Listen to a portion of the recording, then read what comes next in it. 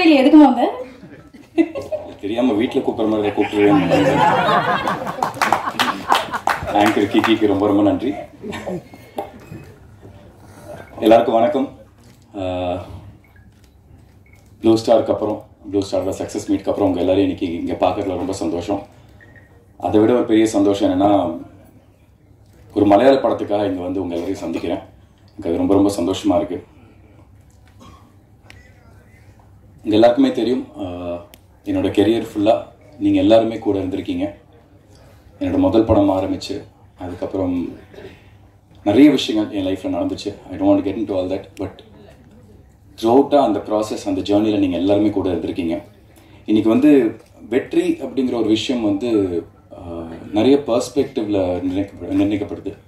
அது வந்து ஒரு ஃபேன் பேஸாக இருக்கலாம், இல்லை இந்த நம்பர் கேமாக இருக்கலாம், பாக்ஸ் ஆஃபீஸ் கலெக்ஷன்ஸாக இருக்கலாம்.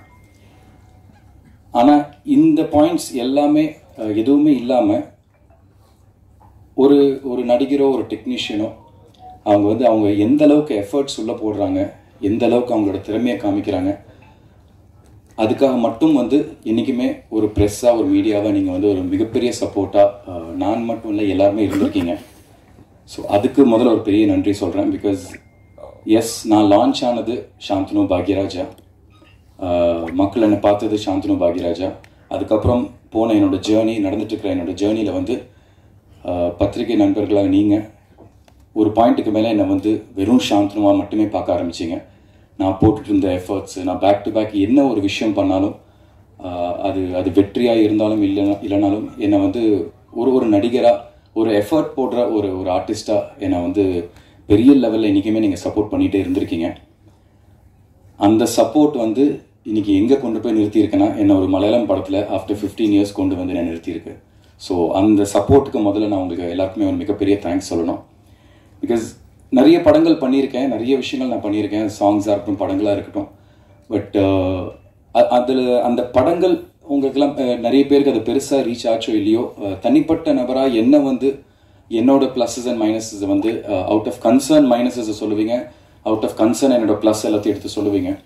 அந்த விதத்தில் வந்து எனக்கு அந்த சப்போர்ட் அது இருந்ததுனால தான் எனக்கு வந்து என்னோடய லைஃப்பில் வந்து எனக்கு வந்து ரொம்ப வருஷத்துக்கு அப்புறம் பாவக்கதைகள், தங்கம் எனக்கு கிடச்சிது. அதுக்கு நீங்களாம் கொடுத்த பாராட்டு நான் இன்றைக்கி வரைக்கும் மறக்கவே மாட்டேன்.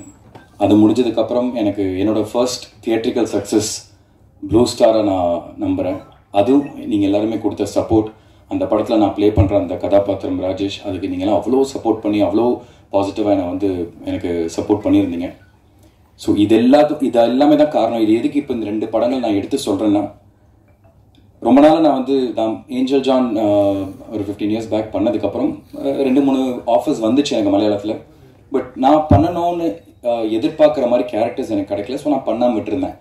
அதுக்கப்புறம் அஃப்கோர்ஸ் நம்ம மூஞ்சி காமிக்காமல் இருந்தோம்னா எல்லாரும் நம்மளை மறந்துடுவாங்களா. அந்த மாதிரி மலையாள சினிமாவுக்கு எனக்கு ஒரு என்ன சொல்கிறது, இப்போ கபடி லாங்குவேஜ் சொல்லணும்னா ஒரு லாங் ஹாஃப் டைம் மாதிரி ஒரு பெரிய பிரேக் ஆயிடுச்சு. இவ்வளோ வருஷம் பிரேக் அப்புறம் வந்து ரீசெண்டாக ஒரு வெப் சீரிஸில் வேலை பார்த்துட்டு இருக்கிறப்போ அங்கே தேவா அப்படிங்கிற ஒரு நண்பர் அந்த வெப் சீரிஸில் வேலை பார்த்துட்டு அவர் என்கிட்ட சொல்லிட்டு இருந்தார், நீங்கள் மலையாள படம் நீங்கள் ஏன் நடிக்கக்கூடாது அப்படின்னு. நான் சொன்னேன், கண்டிப்பாங்க, சான்ஸ் கிடச்சா கண்டிப்பாக நான் நடிப்பேன், எனக்கு ரொம்ப ரொம்ப பிடிக்கும் மலையாள சினிமா நடிக்கிறது அப்படின்னா. அப்போது அவர் வந்து சொன்னார், ஏதாச்சும் ஒரு ஆப்பர்ச்சுனிட்டி வந்தால் நான் கண்டிப்பாக சொல்கிறேன்னு. அந்த தேவா வந்து டைரக்டர் உன்னியோட ஃப்ரெண்டு. ஸோ இந்த படத்துலையும் செல்வராகவன் சார் கூட அவர் நடிச்சிருக்காரு. அந்த தேவாங்கிறவர் அவர் உன்னிக்கிட்ட வந்து இவங்க இந்த கேரக்டருக்கு யார் என்னன்னு சொல்லி தேடிட்டு இருக்கிறப்போ உன்னிக்கிட்ட என்னை பற்றி இதை பேசியிருக்காரு. அப்போ உன்னி சொல்லியிருக்காரு, இந்த மாதிரி ஆமாங்க, சாந்தனோட பெர்ஃபார்மன்ஸ் நான் வந்து அந்த தங்கம்லையும் ப்ளூ ஸ்டார்லையும் பார்த்து எனக்கு ரொம்ப பிடிச்சிருச்சு, அவர் ரொம்ப பர்ஃபெக்டாக ஆப்டாக இருப்பார், நான் ப்ரொடக்ஷன் கிட்ட பேசுகிறேன்னு சொன்னார். அதுக்கப்புறம் அவர் ப்ரொடியூசர்ஸ் கிட்ட பேசினார். அப்படி தான் எனக்கு வந்து உன்னி கால் பண்ணி இந்த மாதிரி இந்த கதையை சொன்னார். ஸோ இந்த ப்ராசஸில் வந்து இந்த சப்போர்ட் எல்லாமே ஆரம்பித்தது உங்களால். அதுக்கப்புறம் தேவா மூலியமாக நான் உன்னியை மீட் பண்ணி அதை அக்செப்ட் பண்ணிக்கிட்டேன். என்னோடய ப்ரொடியூசர்ஸ் எல்லாருக்குமே ரொம்ப ரொம்ப நன்றி. So coming to Balti, of course first என்னோடய producers Santhosh sir and Dinu bro, 2 பேருக்கு நான் தேங்க்ஸ் சொல்லணும். Sir sorry sir, I'm not calling you bro. அதாவது வந்து நான் என்றைக்குமே வந்து ஒரு ப்ரொடியூசருக்கும் ஒரு ஃபினான்ஷியலுக்கும் நான் நிறைய டிஃப்ரென்சஸ் நான் பார்ப்பேங்க. ஏன்னா இன்றைக்கி சினிமா வந்து அது அவங்களையும் தப்பு சொல்ல முடியாது. பிகாஸ் சினிமான்னு பொறுத்த வரைக்கும் இன்றைக்கி அது மார்க்கெட் பிஸ்னஸ், அது கிட்ட மாறி ஒரு விஷயம் போயிட்டுருக்கு சினிமா. ஸோ அந்த மாதிரி நேரத்தில் வந்து இப்போது பல்ட்டியில் நான் ப்ளே பண்ணுற அந்த குமாருங்கிற கதாபாத்திரம், இந்த பல்ட்டிங்கிறது 4 பசங்களை பற்றின ஒரு கதை. ஸோ அதில் வந்து இந்த குமார் அப்படிங்கிற கதாபாத்திரத்துக்கு வந்து it's very very pivotal role. So அதுக்கு வந்து அவங்க நினச்சிருந்தா மலையாளத்திலேயே ஒரு ஒரு ஒரு நல்ல ஒரு மார்க்கெட்டில் இருக்க ஒரு நல்ல ஒரு ஸ்டார் ஷேனுக்கு ஈக்குவலாக ஒருத்தர் போயிருக்கலாம். இல்லை தமிழில் என்னோட பெட்டராக இருக்கிற ஒரு மார்க்கெட்டில் வேறு ஏதாவது ஒரு நடிகருக்கு போயிருக்கலாம். பட் ஃபர்ஸ்ட் as ப்ரொடியூசர்ஸாக டைரக்டருக்கு க்ரியேட்டிவாக எழுதின அந்த டைரக்டருக்கு அந்த கதாபாத்திரத்துக்கு யார் கரெக்டாக இருப்பாங்கன்னு ஃபீல் பண்ண அவர் வந்து என்ன ஃபீல் பண்ணார், அதுக்கு இம்மீடியட்டாக வந்து க்ரீன் சிக்னல் கொடுத்த ப்ரொடியூசர்ஸ். இதுதான் நான் சொல்கிறேன் ஒரு ப்ரொடியூசர்னா என்ன அப்படின்னு. அந்த கதைக்கு என்ன தேவையோ பேஷனேட்டாக அந்த கதைக்கு என்னெல்லாம் தேவையோ அதெல்லாம் வந்து ஒன்று சேர்த்து கொடுக்குறது. ஸோ அந்த விதத்தில் வந்து எனக்கு இவ்வளோ பெரிய படத்தில் இப்படி ஒரு ஆப்பர்ச்சுனிட்டி கொடுத்த Santhosh sir and Binu bro, உங்கள் 2 பேருக்கும் ரொம்ப ரொம்ப நன்றி.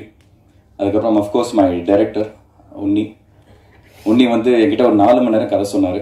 தமிழில் தான் சொன்னார். அப்போ ஃபுல்லாக சொல்லி முடிச்சு நான் சொன்னேன், பிரதர் எக்ஸ்ட்ரானரி பிரதர், நான் கண்டிப்பாக எனக்கு இது வந்து ஒரு ரீலான்ச் மாதிரி நான் நினச்சிக்கிறேன் மலையாளத்தில். ஏன்னா எனக்கு இவ்வளோ ஸ்ட்ராங்கான ஒரு ரோல் வந்து நான் கிடைக்கும் நான் எதிர்பார்க்கவே இல்லை இவ்வளோ வருஷங்களுக்கு அப்புறம் அப்படின்னு. அதுக்கப்புறம் அவர் கேட்ட முதல் கேள்வி, பிரதர் நீங்கள் மலையாளம் பேசுவீங்களா அப்படின்னு. பேசிடுவேன் அப்படின்னு ஒரு ஃப்ளோவில் அடிச்சு விட்டேன். அப்போ எனக்கு மலையாளம்லாம் எனக்கு ஒன்றும் பேசவா தெரியாது. எங்கே கிடைக்கிற வாய்ப்பு போயிருமோ மலையாளம் தெரியாதனால அப்படின்னு சொல்லிட்டு பிரதர் பேசுவேன் பிரதர் அப்படின்னு சொல்லி அடிச்சு விட்டேன். அதுக்கப்புறம் லைட்டாக எல்லாம் கமிட்லாம் பண்ணதுக்கப்புறம் லைட்டாக அவரை பேச சொல்லிச்சுட்டேன். பிரதர் இந்த ஷூட்டிங் ஸ்பாட்டில் வந்து ஒரு ஃப்ளோவில் நம்ம டைலாக் பேசணும்னா அதுக்கு எனக்கு ஒரு ஃப்ளோவாக எனக்கு யாராவது கொஞ்சம் கற்றுக் கொடுத்தாங்கன்னா இன்னும் ஈஸியாக இருக்கும். பர்ஃபார்மன்ஸ் வந்து நம்மளுக்கு வந்து அந்த ஃபோக்கஸ் ஃபுல்லாக பர்ஃபார்மன்ஸில் இருக்கும், டைலாக்ஸில் இருக்காது அப்படின்னு. அப்படி பண்ணிக்கலாம் பிரதர் அப்படின்னு சொல்லிட்டு அப்படி தான் வந்து எனக்கு ஸ்மித்தான ஒரு டீச்சரோட எனக்கு ஆன்லைன் டியூஷன் வந்து ஒரு 1 மாதம் கொடுத்தாங்க. கரெக்டாக லாஸ்ட் இயர் செப்டம்பர் அந்த ஆன்லைன் டியூஷன் ஆரம்பித்தேன். ஸோ அவங்களோட அந்த டியூஷன் வந்து எனக்கு ரொம்ப ரொம்ப எனக்கு ஹெல்ப்ஃபுல்லாக இருந்துச்சு. ஸ்கிரிப்டை வந்து ஒரு 20 வாட்டி படித்தேன். ஒவ்வொரு டைலாக்கையும் நான் வந்து பேசி சப்கான்ஷியஸ் மைண்டில் ஏறணுங்கிறதுக்காக வந்து அது. ஆனால் உண்மையிலேயே அதான் அந்த ஃபோக்கஸ் வந்து டைலாக் மேலே போகக்கூடாதுங்கிறதுக்காக அந்த 1 மாதம் டியூஷன் எனக்கு எடுத்தேன். அதுக்கப்புறம் நவம்பரில் வந்து நாங்கள் வந்து ஸ்டண்ட் ட்ரைனிங் ஆரம்பித்தோம். பிகாஸ் 4 கபடி விளையாடுற பசங்க. அந்த ஸ்டண்ட் வந்து ஒரு சாதாரண ஸ்டண்ட்டாக இருக்கக்கூடாது, அது வந்து ஒரு கபடியோட ட்ரிக்ஸ். இப்போ உன்னி அவர் சொன்ன மாதிரி வந்து நாங்கள் 4 பேர்.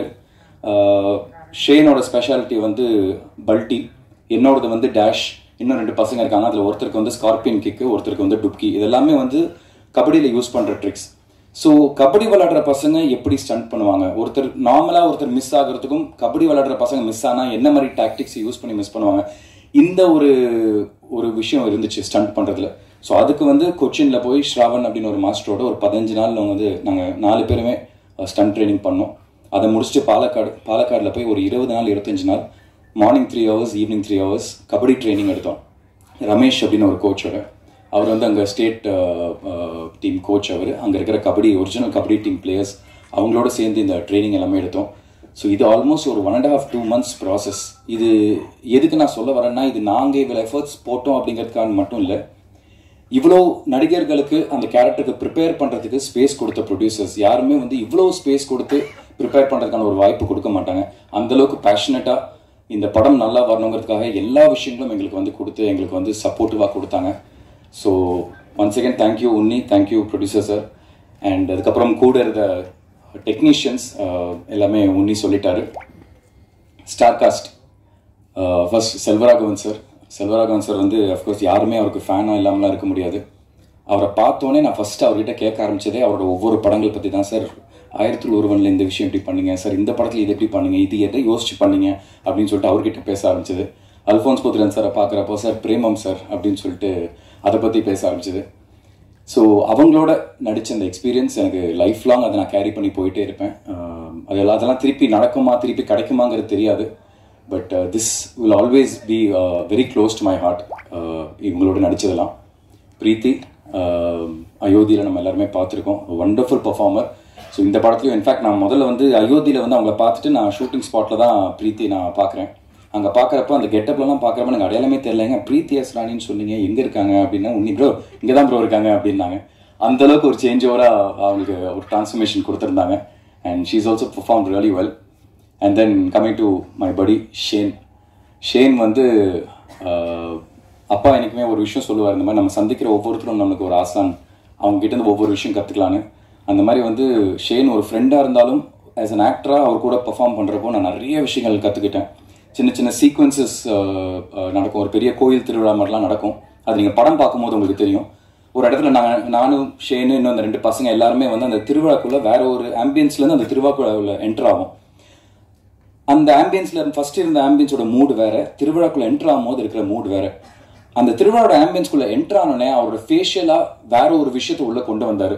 அது வந்து பார்க்கும்போது எனக்கே இல்லைப்பா பயங்கரமாக இருக்குது, இது ஏன்டா நம்ம யோசிக்கவே இல்லை அப்படின்னு. ஸோ அந்த மாதிரி ஆக்டிங்கில் நிறைய விஷயங்கள் நான் வந்து ஷேன் பார்த்து கற்றுக்கிட்டேன். And he was very very supportive. நல்லா ஸ்பேஸ் கொடுத்தாரு. நிறைய விஷயங்கள் நாங்கள் பேசி டிஸ்கஸ் பண்ணுவோம். ஸோ ஷேன் மாதிரி மலையாளத்தில் இருக்கிற அண்ட் அஃப்கோர்ஸ் நம்ம தமிழில் இப்போ மெட்ராஸ்காரன்லாம் அவர் பண்ணி நம்ம எல்லாருக்கும் பரிச்சயமாக இருக்காரு. ஸோ அந்த மாதிரி ஷேன் மாதிரி ஒரு நடிகரோட நான் மலையாளத்தில் வந்து நான் திருப்பி எனக்கு ஒரு ரீலான்ச் நடக்குதுங்கிறப்ப ரொம்ப ரொம்ப சந்தோஷமாக இருக்குது. அண்ட் சாய் வந்து கீகி சொன்ன மாதிரி வந்து இட்ஸ் லேட்டஸ்ட் சென்சேஷன். நிறைய ஹிட் சாங்ஸ் கொடுத்துட்ருக்காரு அவர். அவரோட படத்தும் அதுதான் அவரோட முதல் படம். இது மலையாளமில் அவருக்கு ரிலீஸ் ஆகிற படம் முதல் படம், அதுவும் மலையாளத்தில் முதல் படம். அதில் நானும் ஒரு பங்காக இருக்கேன் அப்படிங்கிறப்ப எனக்கு ரொம்ப சந்தோஷமாக இருக்குது. I hope we all grow together. Sai, thank you so much for that. So இந்த படம் 26th செப்டம்பர் ரிலீஸ் ஆக போகுது.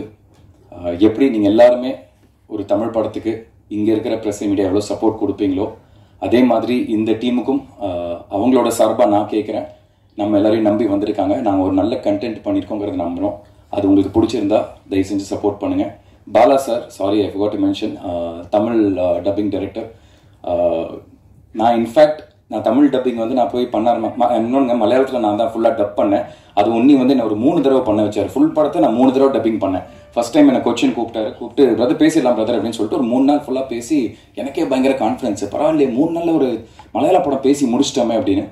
போனோடனே ஒரு சென்னைக்கு வந்து 2 நாளில் திருப்பி ஒரு ஃபோன் கால், பிரதர் சின்ன கரெக்ஷன்ஸ் நீங்கள் திருப்பி கொச்சின் வர முடியுமா அப்படின்னாரு. வந்துடுறேன் பிரதர் அப்படின்னு சொல்லிட்டு திருப்பி கிளம்பி போனேன். ஃபர்ஸ்ட் சீனில் ஆரம்பிச்சு கடைசி சீன் வரைக்கும் திருப்பி இந்த டைலாக் மட்டும் தான் சொல்லிட்டு 2வது தடவை ஃபுல் படம் பேச வச்சாரு. இப்போ முடிஞ்சுதாங்க எல்லாமே ஓகேன்னு கேட்டால் பக்கா பிரதர் இப்போ எல்லாம் ஸ்லாங் எல்லாமே பிடிச்சிட்டோம் சூப்பர் அப்படின்னாரு. ஏதாச்சும் ஒரு கரெக்ஷன் இருந்தால் நான் கூப்பிட்றேன்னா அப்போவே எனக்கு நம்பிக்கை போயிடுச்சு. இருந்தாலும் எனக்கு திருப்பி கூப்பிட போகிறாரு, வச்சு செய்ய போகிறாரு அப்படின்னு. அதே மாதிரி சென்னைக்கு வந்தோடனே திருப்பி பிரதர் ஒரு சின்ன கரெக்ஷன்ஸு, இது இந்த சீன் அப்படின்னு. இங்கே திருப்பி டப்பிங் ஸ்டுடியோவில் போனால் திருப்பி முதல் சீனில் ஆரம்பிச்சு கடைசி சீன் வரைக்கும். எதுக்குன்னா ஃபர்ஸ்ட்டு அந்த டயலாக் ஃப்ளோ பிடிக்கணும், அதுக்கப்புறம் ஸ்லாங்கை பிடிக்கணும். இப்போ ஸ்லாங் எல்லாமே பிடிச்சாச்சு, டயலாக் ஃப்ளோ மலையாளத்தில் ஃப்ரீயாக வந்துருச்சு. இப்போ பர்ஃபார்மன்ஸில் ஸ்கோப் பண்ணலான்னு சொல்லிட்டு திருப்பி ஃபுல்லாக பேச வச்சாரு. பட் அதுக்கும் ரொம்ப தேங்க்ஸ். பிகாஸ் ஆடியன்ஸை அதை பார்க்குறப்போ அதை ஆத்தென்டிக்காக நம்புகிறோம். எஸ், நான் ஒரு தமிழ் பையன் தான் லிவிங் இந்த பார்டர்ஸ். அவங்க சொன்ன மாதிரி பல்ட்டி வந்து அந்த தமிழ்நாடு கேரளா பார்டரில் நடக்கிற ஒரு கதை. ஸோ தமிழ் பையனாக நான் நடிச்சிருக்கேன். But who knows Malayalam. But இருந்தாலும் அந்த பார்டரில் வாழ்றவங்க மலையாளமும் பர்ஃபெக்டாக பேசுவாங்க, தமிழும் பர்ஃபெக்டாக பேசுவாங்க. ஸோ என்னை பார்க்குறப்ப யாருமே பாயிண்ட் அவுட் பண்ணிடக்கூடாது, என்னடா ஒரு டப்பிங் இப்படி பேசியிருக்காரு அப்படிங்கிறதுக்காக அதுக்காக எக்ஸ்ட்ரா எஃபர்ட் போட்ட உன்னியும் அவரோட கோ டைரக்டர் இவங்க எல்லாருக்குமே ரொம்ப நன்றி. ஸோ இது நான் எதுக்கு சொல்ல வந்தேன்னா பாலா சாரை பற்றி ஆரம்பித்தேன். மலையாளத்தை நான் ஃபுல்லாக பேசி முடிச்சோன்னே இங்கே தமிழ் தானே, அது ஹாஃப் டேல அடிச்சு முடிச்சிடலாம், டைலாக்லாம் தெரிஞ்ச விஷயம் தான் அப்படின்னு சொல்லிட்டு அங்கே போய் உட்காந்தா ஒரு தமிழ் படத்துக்கு எப்படி வந்து லிப்சிங்க் மாறாமல் எவ்வளோ பர்ஃபெக்டாக அந்த ஆத்தென்டிசிட்டி மாறாமல் நம்ம பார்க்கும்போது ஒரு தமிழ் படம் மாதிரியே இருக்கணும் பார்க்குறதுக்கு. அந்த அளவுக்கு வந்து எஃபர்ட்ஸ் வந்து பாலா சார் எடுத்து போட்டார். நான் உண்மையிலே ரொம்ப ஆச்சரியப்பட்டேன் அதை பார்க்குறப்போ. எவ்வளோ அழகாக வந்து இப்போ கூட ரீசெண்டாக லோகா அந்த மாதிரி படங்கள்லாம் கூட பாலா சார் தான் பண்ணியிருக்காரு. ஸோ அந்த அளவுக்கு அந்த எக்ஸ்பீரியன்ஸ் வந்து அவர் கூடவே உட்காந்து சின்ன விஷயங்கள் மாற்றி பேச வச்சாரு. ஸோ தமிழ் வெர்ஷனும் ரொம்ப நல்லா வந்திருக்கு. ஒரு ப்ராப்பர் தமிழ் படம் பார்க்குற மாதிரி இருக்கும். ஸோ ஒன்ஸ் அகேன் இவங்க எல்லாரோட சார்பாக நான் கேட்டுக்கிறேன், எல்லாருமே வந்து படம் பாருங்கள். உங்களுக்கு பிடிச்சிருந்தா கண்டிப்பாக எங்களை சப்போர்ட் பண்ணுங்கள். Thank you so much once again for this opportunity. எப்படியாச்சும் பிரீத்தியோட 2 வார்த்தை எக்ஸ்ட்ரா பேசினோன்னு பார்த்தேன். ஏன்னா படப்படன்னு பயங்கரமாக தமிழில் பேசிட்டாங்க. So thank you so much. இப்போ இவ்வளோ நேரம் நான் வந்து ஒரு நடிகராக இங்கே பேசினேன். நான் ஒரே ஒரு வார்த்தை ஒரு ஹஸ்பண்டாக இங்கே பேசிடுறேன். ஆங்கர் பண்ண கீகி வந்து ரொம்ப நல்லா ஆங்கரிங் பண்ணுறாங்க. எந்த ஸ்டேஜ்லேயும் வந்து நான் இதை வந்து சொல்ல எனக்கு ஒரு வாய்ப்பு கிடைச்சதில்லை. நீங்கள் எல்லாருமே வந்து என்றைக்குமே அவங்களுக்கு ஒரு பெரிய இல்லைம்மா நீ சொல்லி கொடுத்துருக்க மாதிரிலாம் பேசல, நான் வேறு மாதிரி தான் பேசுகிறேன். இல்லை.